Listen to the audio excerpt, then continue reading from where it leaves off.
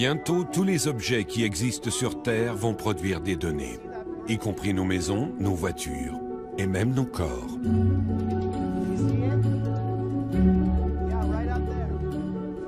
Presque tout ce qu'on fait aujourd'hui laisse une empreinte numérique qui décrit notre activité, précise son emplacement et fournit d'autres renseignements qui vont perdurer longtemps après notre mort.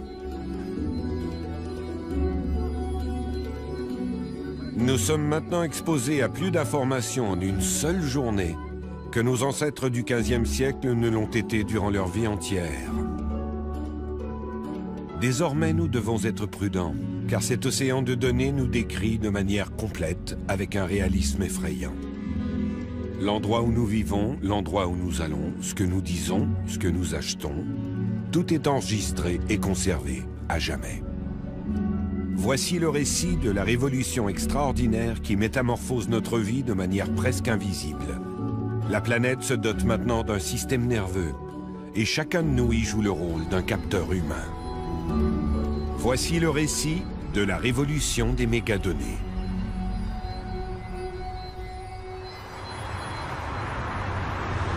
Les appareils, les machines, tout ce qu'on fabrique produit des données, qu'il s'agisse des téléphones, des voitures ou des réfrigérateurs. On extrait des renseignements des postes de péage, des stationnements, des recherches Internet, de Facebook, de votre téléphone ou de votre tablette, des photos, des vidéos. La moindre chose que l'on fait laisse une trace numérique. Les indicateurs des interactions des humains avec la technologie et les effets secondaires engendrés constituent une masse extraordinaire de données.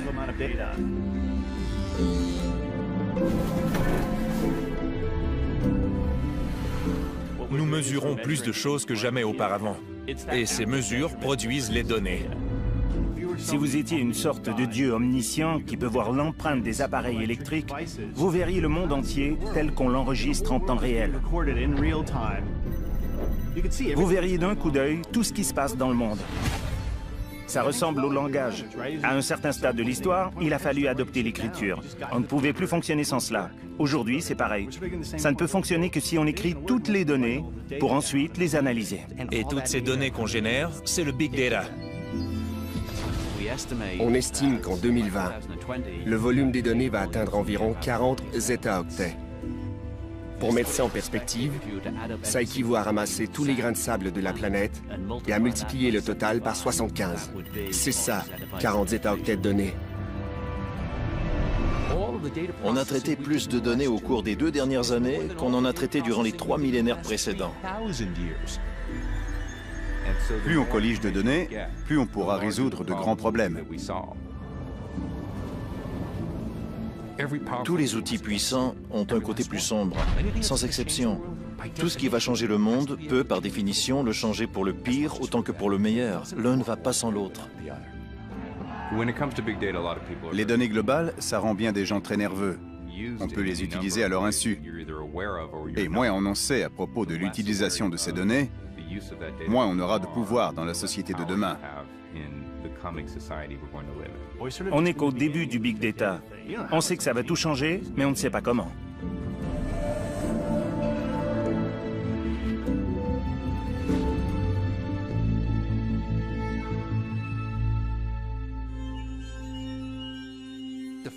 Le premier ensemble de données qui a tout changé dans le monde a été celui de l'astronomie. Des données collectées au fil de plusieurs décennies par Copernic. Elles ont finalement montré que même si le Soleil semble se déplacer dans le ciel tous les jours, le matin et le soir, il ne bouge pas. C'est nous qui bougeons. Nous tournons autour. Ça s'est produit de nouveau quand on a pu voir en deçà du monde visible. Dans les années 1650 et 1660, le microscope nous a donné accès au monde invisible. On a alors vu pour la première fois des cellules, des bactéries et des êtres dont on aurait pu imaginer la présence. Et ça s'est produit de nouveau quand on a découvert l'univers de l'atome. Quand on a dit « Attendez, il y a un niveau sous-jacent à celui du microscope optique ». On a vu des objets à l'échelle du nanomètre et on a imaginé ce qu'était l'atome, le noyau et l'électron. Et quand on a compris que la lumière est une fréquence électromagnétique, Mais maintenant, un monde super visible se manifeste. L'ironie, c'est que le Big Data est un microscope. On collecte maintenant des hexaoctets et des pétaoctets de données. Et des algorithmes d'une puissance incroyable nous permettent de voir ce qu'on n'a jamais vu avant.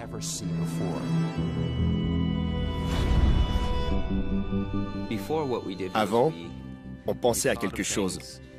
On consignait ses réflexions par écrit et ça devenait le savoir. Le Big Data est à l'opposé. On a une masse de données qui ne sont pas du savoir tant qu'on ne les a pas examinées et qu'on n'a pas remarqué qu'en ordonnant les choses de telle ou telle manière, on peut en extraire des renseignements intéressants. Je pense que le point de transition vers le Big Data a été la commande « Chercher ».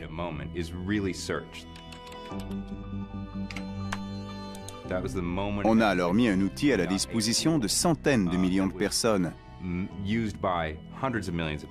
Et en quelques années, elles ont eu accès à une quantité phénoménale d'informations. On a pris toute la connaissance humaine qui avait été consignée par écrit et on l'a placée dans le web. Et on s'est dit, waouh, ça y est, ça a été difficile. Et maintenant, on comprend que ce n'était que la première minute de la première manche du jeu. Parce que ça n'était que les connaissances déjà acquises et celles qu'on continue d'ajouter au web à une cadence relativement lente. Mais il y a tellement d'informations qu'on n'a pas encore numérisées et dont on va bientôt bénéficier.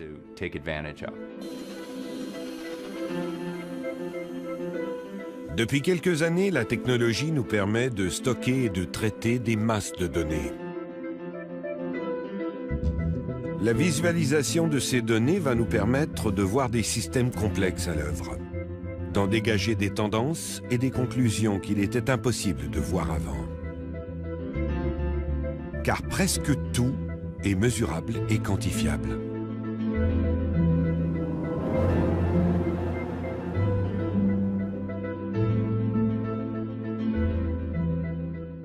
Quand je vois ces données, ce qui m'emballe, c'est de les remettre en contexte, de les organiser de manière à les percevoir, les comprendre, en discuter et y réfléchir. Voici les données du trafic aérien au-dessus de l'Amérique du Nord pour une période de 24 heures. Quand on les visualise, on constate que tout s'assombrit à l'est quand les gens se mettent au lit. Puis, à l'ouest, les vols de nuit vers l'est décollent. Tout le monde s'éveille sur la côte est et les vols en provenance de l'Europe arrivent, en haut à droite. C'est une chose de dire que le gouvernement fédéral observe 140 000 avions à la fois, et c'en est une autre de voir de ses yeux les mouvements de ce système.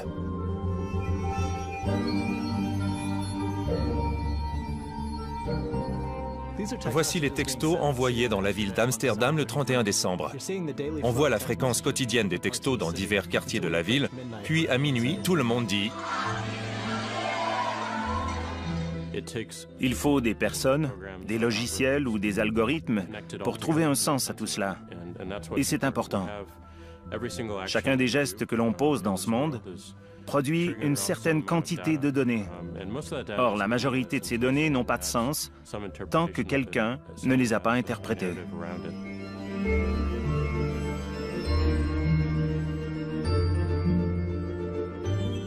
On voit souvent les données comme des chiffres isolés. Mais elles sont reliées à quelque chose. Et si on remonte ces liens, on peut voir les objets réels et les contextes qui s'y rapportent. Une grande partie du travail consiste donc à faire ça. C'est presque un travail d'investigation quand on remonte la piste des données jusqu'aux événements réels.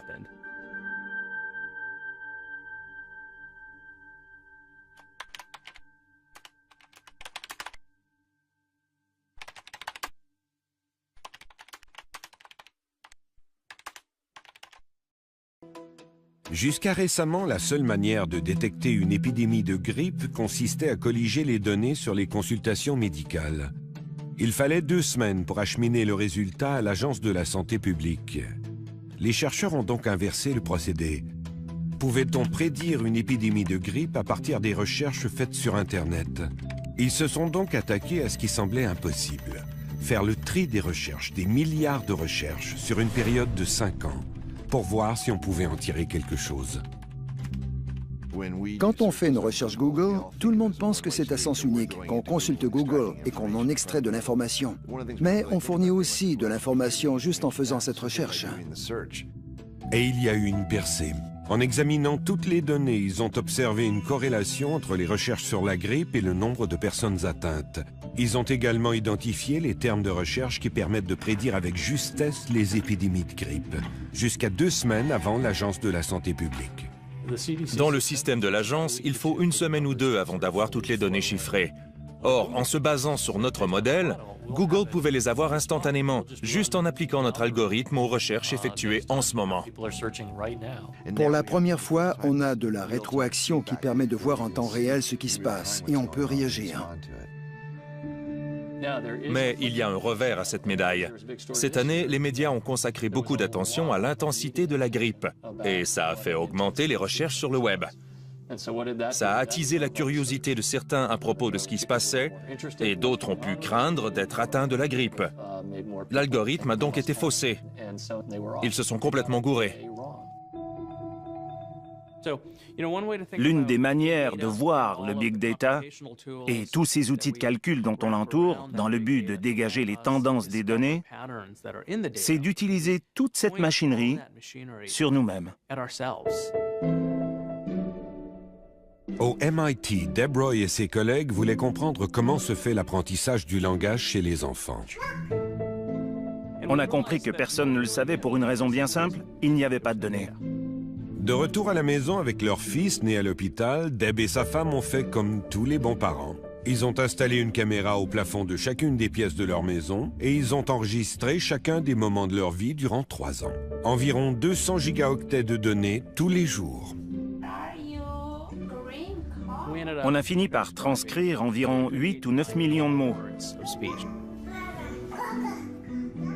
Et alors, on a pu identifier le moment précis où mon fils a dit un mot nouveau.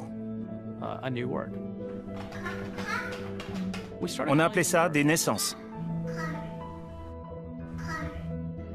On a pris cette idée de la naissance d'un mot et on s'est demandé pourquoi ne pas remonter dans le temps pour voir la période de gestation de ce mot. Le mot « eau », par exemple. On a visionné tous les passages où mon fils a entendu le mot « eau », ce qui se passait dans la pièce de la maison, si on se déplaçait. Et à l'aide de ces renseignements visuels, on a documenté le contexte où ce mot a été utilisé. On obtenait alors une sorte de panorama contextuel. On a donc appelé ça des prémoramas. Puis on s'est demandé quel était le lien entre le prémorama et le mot, si on pouvait prédire quand mon fils allait commencer à utiliser ce mot. En observant son fils, Deb a appris que la texture du prémorama a un potentiel de prédiction. Contrairement à la plupart des études antérieures qui avaient conclu que l'apprentissage du langage se faisait grâce à la répétition, l'analyse des données a montré que ce n'est pas la répétition qui génère l'apprentissage, mais le contexte. Les mots entendus dans plusieurs endroits sont appris en premier. C'est non seulement vrai, mais en outre, la valeur prédictive des prémoramas est bien plus grande que la fréquence, le nombre de fois que le mot est entendu. C'est comme si on construisait un nouvel appareil, un microscope, qui nous permet d'observer les structures autour de nous. Il y a une structure, une beauté et des patrons qui sont invisibles si on n'a pas les bons instruments. Et toutes ces données nous rendent plus aptes à percevoir ce qu'il y a autour de nous.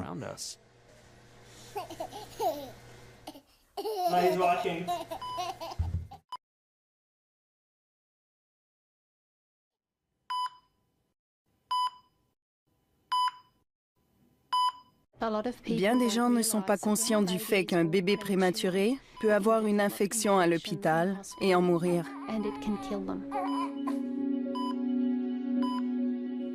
Notre travail de recherche s'est limité à l'infection. Lorsque le bébé a des symptômes visibles d'infection, il se sent vraiment très mal. La toute première fois que je suis allée au service des soins intensifs en néonatalité, j'ai été étonnée par ce que j'ai vu, les odeurs, l'environnement, mais surtout les données. J'ai été choquée de voir qu'on perdait autant de données. On m'a montré le papier graphique sur lequel on enregistre les données. Toutes les heures, on note le rythme cardiaque du bébé, sa respiration et le niveau d'oxygène sanguin. Durant cet intervalle, le cœur du bébé bat plus de 7000 fois. Le bébé respire plus de 2000 fois et le moniteur indique le niveau d'oxygène sanguin plus de 3500 fois. J'ai demandé où sont toutes les données de ces machines et on m'a dit « Oh, elles sont expulsées de la mémoire ».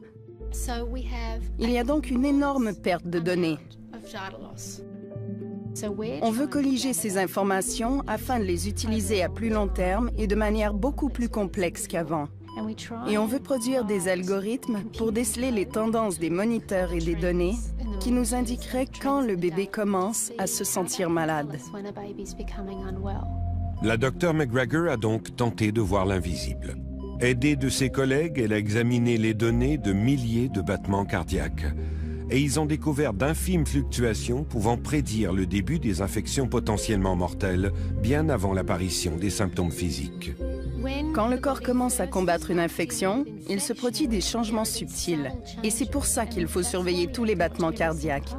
On a constaté que lorsqu'on commence à se sentir malade, ça réduit l'aptitude du cœur à réagir, à battre plus vite et plus lentement.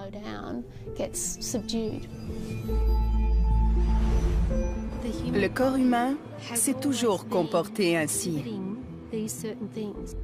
La différence, c'est qu'on a entrepris de collecter plus de données sur l'anatomie et qu'on peut maintenant construire une personne virtuelle. Plus cette représentation virtuelle est juste, plus on comprendra ce que l'avenir leur réserve. En 1999, j'étais enceinte de mon premier enfant. Ma fille est née prématurément et elle est morte. Elle n'aurait pas pu vivre. Mais il y en a tellement d'autres qui naissent trop tôt et qui pourraient profiter de ces nouveaux outils pour survivre et se développer. On veut que l'ordinateur surveille la respiration du bébé, son rythme cardiaque et son sommeil. Ces algorithmes sont à l'affût de certains comportements. Et s'il y a quelque chose qui ne va plus, on aura la possibilité d'intervenir. Si on ne sauvait qu'une vie, pour moi, ça en vaudrait déjà la peine.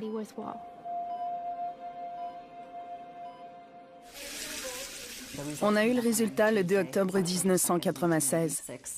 On m'a diagnostiqué un cancer du sein. Un an après le traitement, j'ai noté une masse sur l'autre sein, exactement au même endroit. J'ai vu le médecin et on m'a annoncé que j'avais un autre cancer du sein. Ma fille Sedona savait que j'avais subi le test du gène BRCA. Elle savait que le test de ma sœur était négatif pour la présence de la mutation. Elle m'a dit, quand j'aurai 18 ans, je veux subir ce test et savoir si j'ai cette mutation génique ou non. Je vais être vraiment démolie si j'ai transmis ce gène à ma fille. Do you know what your chances are of having the mutation that your mom has? I'd say 50-50. You're exactly right. You'll need to swish this mouthwash for 30 seconds. On entre dans un univers où le patient est au cœur des choses. Et aussi, je l'espère, aux commandes. Les gens auront accès à des données concernant le genre de maladie qu'ils ont. Et ces données peuvent les orienter plus directement vers le bon traitement. Elles peuvent aussi indiquer si un traitement va être efficace ou non chez une personne, d'après son génotype. Et on va évoluer de plus en plus vers ce concept de médecine personnalisée en poursuivant l'étude du génotype et de la pharmacogénétique, soit la manière dont nos gènes interagissent avec les médicaments que l'on prend. Finalement, on va cesser de traiter les maladies. D'abord, ces données vont nous aider à éviter de contracter ces maladies et on va évoluer de plus en plus vers la prévention.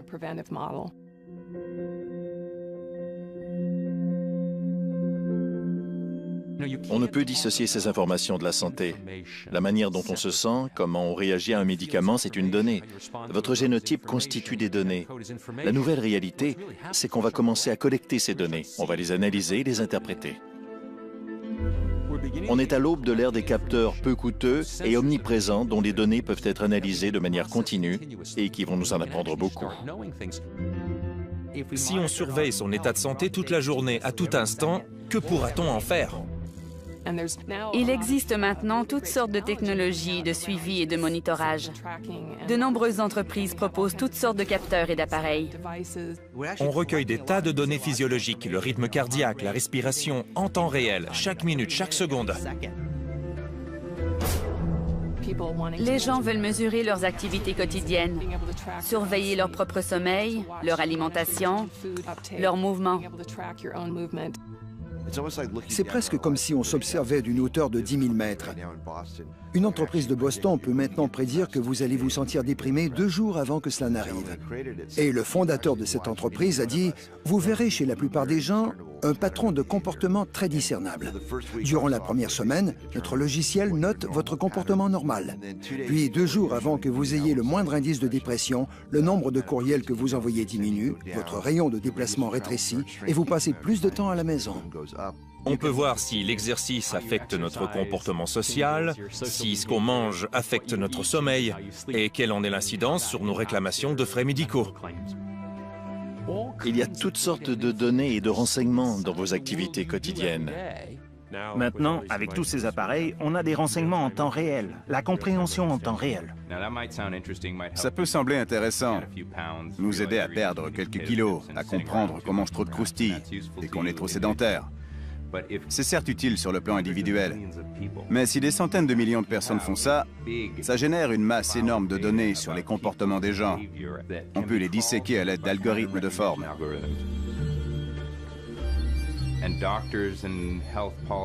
Les médecins et les responsables des politiques de la santé peuvent déceler des tendances qui vont changer notre perception collective dans tous les domaines qui génèrent des données. Car on commence à comprendre comment on peut collectivement, en tant que culture, changer notre comportement.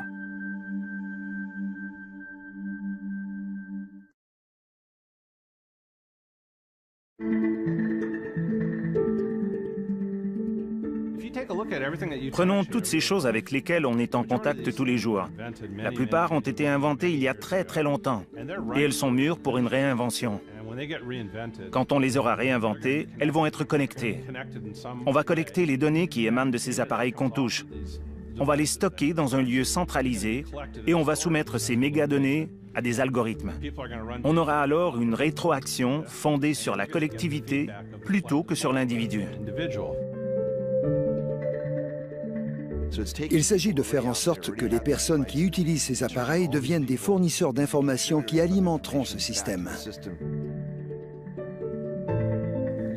Vous devenez l'un des nœuds du réseau. Depuis plus de 20 ans, l'Internet fournit une base qui devait être en place pour permettre à tous ces capteurs et à tous ces appareils de communiquer entre eux. On est à construire un cerveau mondial doté de ces nouvelles fonctions. On les exploite surtout avec nos appareils portables maintenant. Par nos ordis de bureau aussi, bien sûr, mais de plus en plus avec des portables. Cette révolution des mégadonnées a un effet assez étrange, car les gens se sentent épiés. Et je parle d'écoute à la Big Brother, c'est-à-dire quelqu'un qui m'entend à mon insu. Mais ça pourrait être quelqu'un qui m'écoute vraiment. Cet appareil que je tiens dans la main, c'est qui je suis. Il peut en quelque sorte anticiper ce que je veux, où je vais et y réagir. Les implications sont énormes pour les décisions qu'on prend et les systèmes dont on fait partie.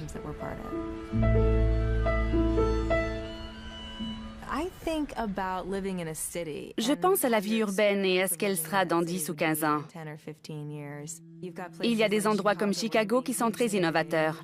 On y a combiné d'énormes masses de données de manière très intéressante. On y applique des algorithmes dans le but d'une intervention possible. On tente d'y déceler des tendances de manière à pouvoir y réagir. Quand vous chargez des données, ça vous affecte en tant qu'individu. Puis ça se répercute vers le système et ça affecte les données de nouveau. Cette boucle dont vous prenez conscience m'amène à comprendre que je suis une actrice dans un système élargi.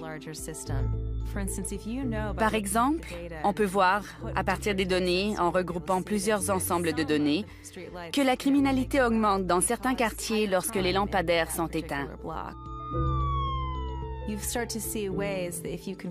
On voit qu'en consultant ces données de manière intelligente, on peut prioriser les ressources urbaines limitées dont on dispose et faire le suivi des effets et des coûts. Finalement, on va souhaiter que ce ne soit que notre réaction en tant qu'espèce à ce problème d'échelle. Comment va-t-on faire vivre 2 autres milliards d'humains sur la planète? On n'y parviendra pas à moins d'instrumentaliser tous les petits éléments de la manière la plus juste possible. De nos jours, on attend l'autobus parce qu'il suit un horaire précis. C'est bien. On en est au stade où notre téléphone nous indique l'heure réelle à laquelle l'autobus va arriver et non l'heure à laquelle il devrait arriver. Poussons cela d'un cran. Que faire lorsqu'une ligne est plus achalandée qu'une autre? Eh bien, au lieu de s'en tenir à l'horaire, le réseau va-t-il comprendre que cette ligne n'a pas besoin de 10 autobus ce jour-là et affecter automatiquement ses ressources aux lignes où les autobus sont pleins? La ville de Boston vient de produire une nouvelle appli pour téléphone intelligent qui exploite l'accéléromètre de votre téléphone. Quand on roule dans une rue de Boston, si on passe sur un gros nid de poule, le téléphone le détecte. Donc, à Boston, tous les conducteurs qui ont activé cette appli fournissent des données en temps réel sur l'état des routes. On a l'impression que sa ville est un organisme qui réagit, comme lorsque notre corps achemine le sang où il est requis. Pensez à ce que serait la vie dans des villes aussi sensibles à nos besoins et aux implications qui en découlent pour la planète. Car c'est aussi dans les villes qu'on va survivre au 21e siècle. On peut vivre dans une ville dont l'empreinte est plus petite que tout autre endroit du monde, et je pense que les données et les systèmes sensibles vont y jouer un rôle énorme.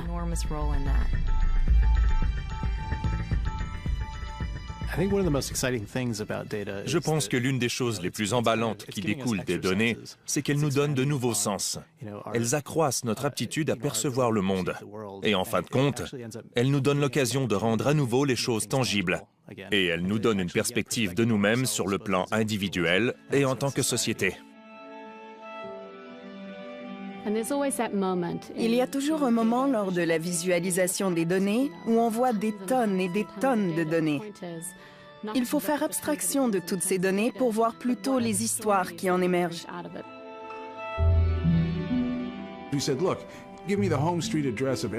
On a dit, donnez-nous l'adresse civique de tous ceux qui ont été incarcérés à la prison de l'État de New York l'année dernière et l'adresse civique de tous ceux qui en sont sortis. On a placé ces numéros sur un plan et on a produit notre premier plan, celui de Brooklyn. Et tout le monde a été renversé. Pas parce que personne n'était au courant. Tout le monde connaissait de manière empirique l'effet de concentration des incarcérations, mais personne ne l'avait constaté à partir des données réelles. On a alors montré ces concentrations remarquablement disproportionnées des personnes qui entrent et sortent des prisons dans de petits secteurs de la ville.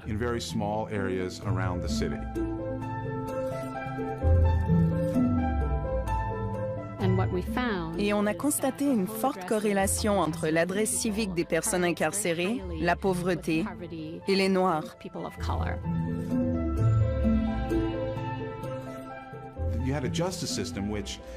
Nous avons un système judiciaire qui, au dire de tous, est censé juger les gens cas par cas, de manière individuelle. Mais cette carte nous montre au fil du temps les mouvements de sortie et de retour de la population carcérale. Et c'est un mouvement cyclique. Après avoir cartographié ces données, on a calculé combien il en coûtait de reloger ces mêmes personnes en prison. C'est alors qu'on a identifié ces quadrilatères d'1 million de dollars. On a identifié 35 quadrilatères distincts juste à Brooklyn, où l'État dépense plus d'1 million de dollars par année par quadrilatère pour laisser sortir ces personnes et les réincarcérer.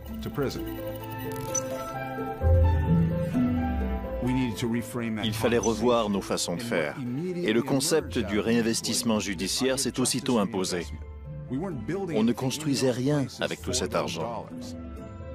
Comment pouvait-on rentabiliser cet investissement et contrer les effets de ces décennies de criminalisation dans ces quartiers?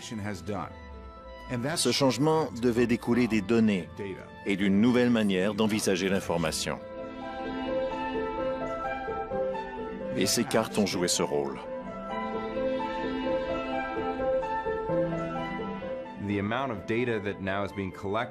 Les données que l'on est en train de collecter dans les quartiers qui sont aux prises avec ce cycle de la pauvreté, de la famine, de la guerre, vont aider les gens, les gouvernements et les ONG. La compréhension de ce qui se passe sur le terrain et les données du terrain peuvent changer l'affectation des ressources destinées à leur venir en aide. Nous croyons fondamentalement à la valeur intrinsèque des données et aussi que les individus qui génèrent ces données devraient en bénéficier. On œuvre donc de concert avec l'un des grands fournisseurs de téléphonie mobile du Kenya. On étudie la dynamique des abonnés de ce service de téléphonie mobile. Des millions de téléphones au Kenya. On voit les déplacements de la population dans le pays. On y juxtapose les données concernant la prévalence des maladies parasitaires, les sondages auprès des ménages, les relevés des hôpitaux. On peut identifier les points chauds de la malaria, les régions du Kenya qui ont désespérément besoin de financement pour l'éradiquer.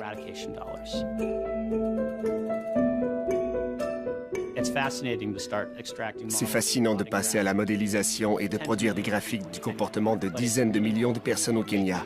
Et c'est important lorsqu'on peut valoriser ces connaissances, quand on peut appliquer ces données qu'on a collectées et en mesurer l'impact. Et, nous l'espérons, améliorer la vie des personnes qui ont généré ces données.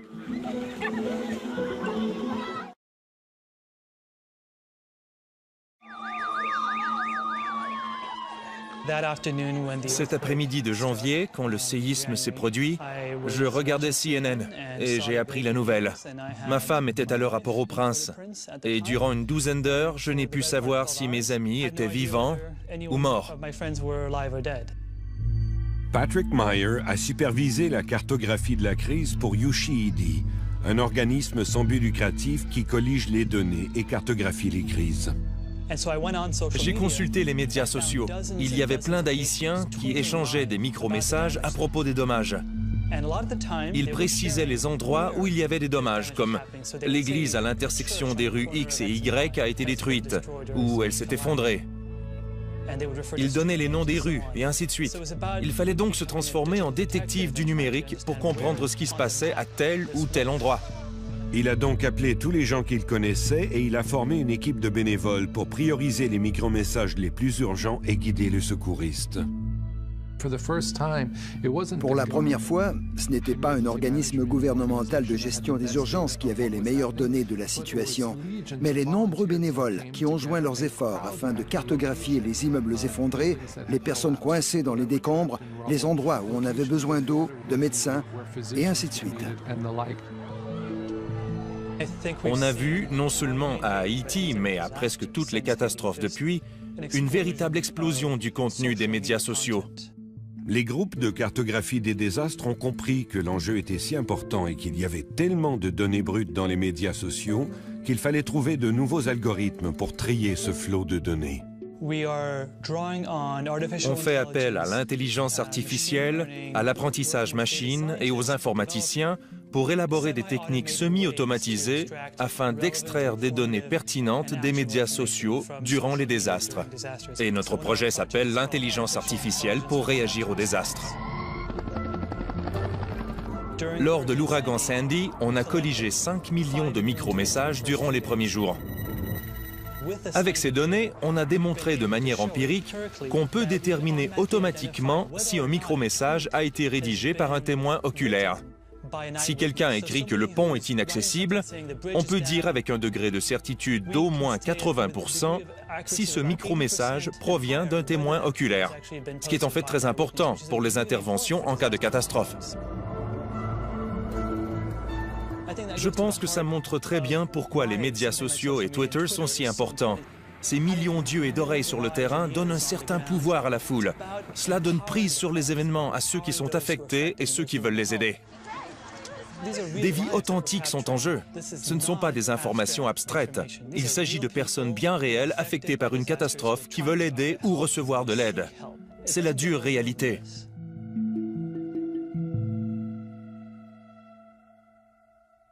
De nos jours, la technologie et de nombreux outils de communication permettent de diffuser une idée instantanément à partir de la source originale.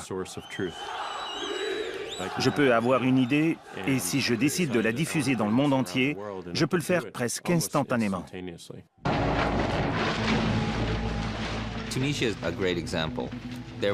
La Tunisie en est un très bon exemple. Il y avait des petits soulèvements, ça et là, dans toute la Tunisie. Ils étaient tous réprimés brutalement. Les médias n'en parlaient pas, et personne ne savait ce qui se passait dans tous les villages. Mais dans un de ces villages, un protestataire s'est immolé, et un groupe de dissidents a mis ces images sur le web, dans Facebook.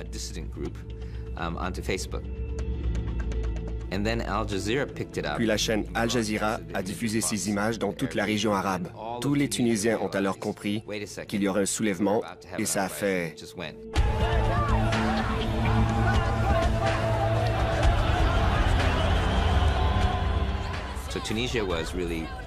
En Tunisie, les activistes sur le terrain, les médias sociaux et les médias traditionnels ont travaillé de concert pour dire à tous les Tunisiens: vous n'êtes pas les seuls. Et ça a donné à tout le monde le courage de se soulever.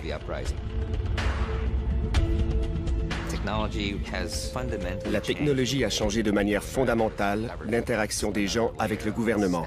C'est une autre strate de cet ensemble. Je pense que l'un des grands défis des mégadonnées, c'est qu'elles peuvent à la fois améliorer notre système et le dérégler complètement.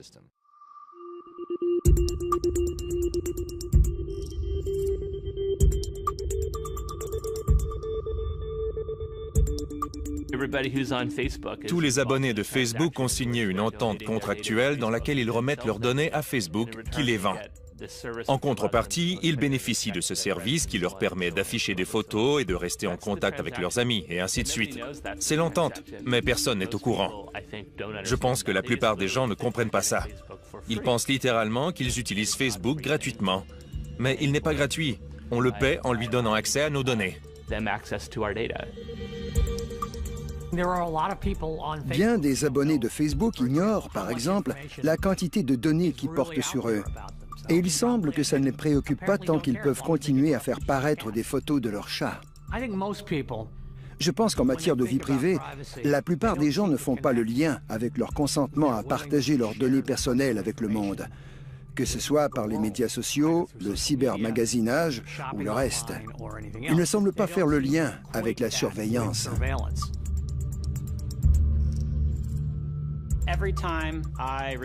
Chaque fois que je reçois un texto ou que je fais un appel, mon emplacement est noté. Ces données qui me concernent sont consignées dans un serveur du fournisseur de téléphonie mobile. Or, si j'appelle ce fournisseur et je lui dis « J'aimerais avoir mes données, savoir au moins où j'étais au fil du temps », il va refuser de me les fournir. La capacité croissante de ces appareils d'être des objets d'enregistrement et de captation, donc essentiellement des appareils de collecte de données dans l'espace public, ça change la donne. Même si l'entreprise de téléphonie effaçait toutes les données permettant de vous identifier, elle serait à 30 cm près où vous vous réveillez le matin, où vous allez travailler tous les jours, le trajet que vous suivez et qui vous accompagne. Donc même si elle ne savait pas qui vous êtes, elle le sait. Ce qui m'inquiète vraiment, c'est le coût de tout cela, sur le plan de la démocratie. De nos jours, il est presque impossible d'être vraiment anonyme. On peut être connecté à tout. Tout ce qu'on fait dans le monde réel peut être relié à tout ce qu'on fait dans le cyberespace. Et quelqu'un peut rassembler tout cela et bâtir un récit. Je crains qu'à partir de toute cette masse énorme de données, les gouvernements et les entreprises ne se mettent à profiler les gens, à les filtrer, et alors tout le monde va se mettre à craindre ce que génèrent ses propres activités. Nous sommes à un stade très important où notre société prend conscience de ce fait et à débattre sérieusement de ce que ça implique. Il y a une attitude qui prévaut à la NSA, et c'est qu'elle a le droit de collecter toutes les données possibles. Nous avons bâti un monde où le gouvernement collecte secrètement toutes les données possibles sur chaque citoyen, qu'il ait commis un délit ou non. La NSA a colligé d'énormes quantités de données grâce aux fournisseurs de services de téléphonie et d'accès à l'Internet. Et ces données sont traitées en secret par des personnes qui échappent à tout contrôle des institutions démocratiques. On se dit que si on n'a rien à voir avec les terroristes, on n'a pas à se préoccuper de ce que le gouvernement fait de ces données. C'est un courant de pensée pernicieux, en opposition avec la Déclaration des droits. Parce que ces droits nous sont communs. Chaque violation des droits d'une personne est une violation de vos droits. Il y a tellement de renseignements disponibles sur nous et un tel potentiel d'en abuser que certains vont en souffrir. Des gens vont perdre leur emploi, divorcer, se faire tuer. Ça deviendra très pénible et on prendra conscience de la nécessité d'une intervention. Et on commencera à faire des changements. Reste à voir à quel point la situation est mauvaise. On ne peut avoir une opération secrète validée par un tribunal secret, fondée sur des preuves secrètes, dans une république démocratique. Le système se replie sur lui-même et aucune information n'en sort, sauf s'il y a des fuites, de grandes fuites orchestrées par des joueurs externes, qu'il s'agisse de Wikileaks, de Bradley Manning ou d'Edward Snowden. C'est ainsi que la population apprend ce que fait son gouvernement. On a perdu tout droit à la vie privée. On l'a troqué pour la simplicité et la facilité sur le plan socio-économique. On l'a perdu par crainte de notre gouvernement.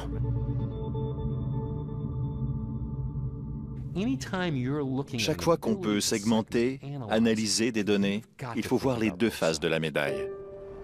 Mais il y a tellement de belles possibilités d'amélioration de la qualité de la vie. On ne peut pas simplement sceller cette boîte et dire on ne va pas tenir compte de ces renseignements, on ne va pas colliger ces données. Ça ne serait pas pratique. Ce qu'on doit faire, c'est penser en tant que communauté. Des sociétés qui n'ont jamais dialogué avec plus de 100, 200 ou 400 personnes sont maintenant branchées à 3 milliards de personnes.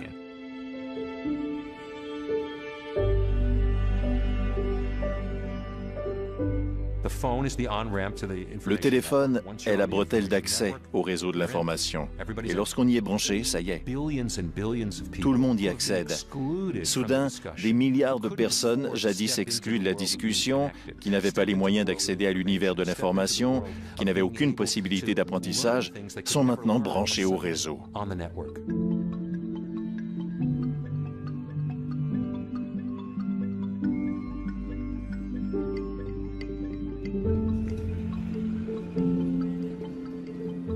J'imagine que lorsqu'on va fournir à ces milliards de consommateurs ces appareils qui les mettent en contact avec le reste du monde et l'Internet, on va apprendre bien des choses sur l'usage qu'ils en feront. Toutes ces personnes dans ces pays se branchent maintenant les unes aux autres, s'informent du prix des récoltes, du prix des pièces. Les Africains parlent aux Chinois qui parlent aux Indiens, et tous les recoins du monde sont branchés.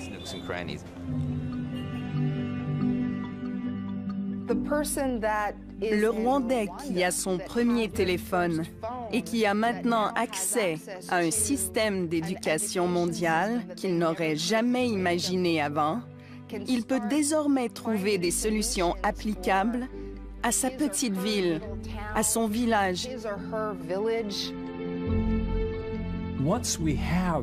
Une fois acquise la capacité de brancher les gens, et lorsqu'ils pourront le faire, il y aura un jeune génie dans un endroit éloigné, un génie que l'on n'aurait jamais découvert, qui n'aurait jamais eu accès à l'instruction, aux ressources dont il ou elle a besoin, et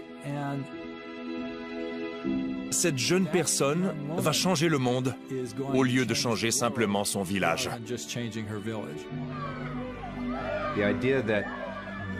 L'idée que ce génie aura accès à la culture élargie par la petite fenêtre de 5 cm sur 5 d'un téléphone portable est très stimulante.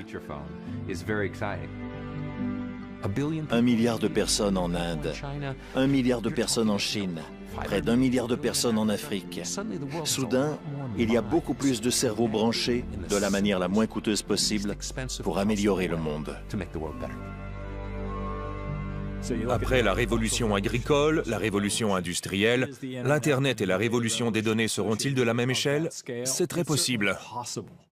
Nous vivrons un grand moment de l'histoire de l'humanité. Et il n'y a aucun doute que dans 50 ans ou dans un siècle, on va se dire, vers l'an 2000, tout a changé.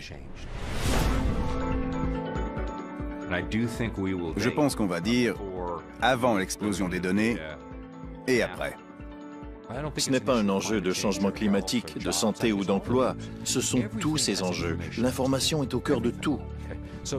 Si l'information compte, alors la réorganisation de l'ensemble du réseau d'information de la planète équivaut à câbler le cerveau d'un enfant de 2 ans. Soudain, cet enfant peut parler, penser et agir. Le monde se dote d'un cortex cérébral, si l'on veut, de milliards d'éléments qui vont échanger des milliards d'idées, des milliards de connaissances et des milliards de manières de travailler de concert. Globalement, ça forme une énorme vague de changement. Et cette vague va nous emmener dans des directions qu'on ne peut même pas imaginer. Les ordinateurs excellent à convertir les données en intuition exploitable. Et notre force, c'est de passer à l'action. Je pense qu'il est très important de distinguer les deux, parce que les gens les fusionnent et ils craignent que les ordinateurs ne s'emparent du pouvoir. Les ordinateurs sont un outil extraordinaire qui permet d'amplifier notre capacité à résoudre les problèmes que, franchement, nous avons provoqués. Je suis fondamentalement optimiste, mais pas de manière aveugle ni imprudente. N'oublions pas que la crise financière a aussi été provoquée par les responsables du Big Data, parce qu'ils ne réfléchissaient pas vraiment à ce qu'ils apportent au monde. Ils ne pensaient qu'à leurs propres intérêts. On a assez bien documenté le fait que si on prélève davantage de choses de l'écosystème que ce qu'on y rajoute, l'ensemble s'effondre. Voilà pourquoi je pense que nous devons mériter notre avenir. On ne peut pas simplement se donner une tape dans le dos et penser que ça va nous tomber dans les bras. On doit se préoccuper de l'avenir qu'on prépare. Il faut aussi investir dans cet avenir et faire les bons choix. Selon moi, il est primordial qu'une culture, que notre culture, comprenne que nous devons nous approprier ces données.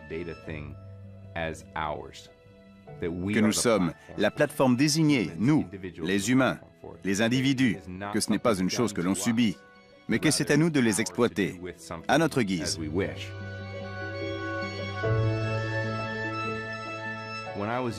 Quand j'étais petit, on s'est posé sur la Lune.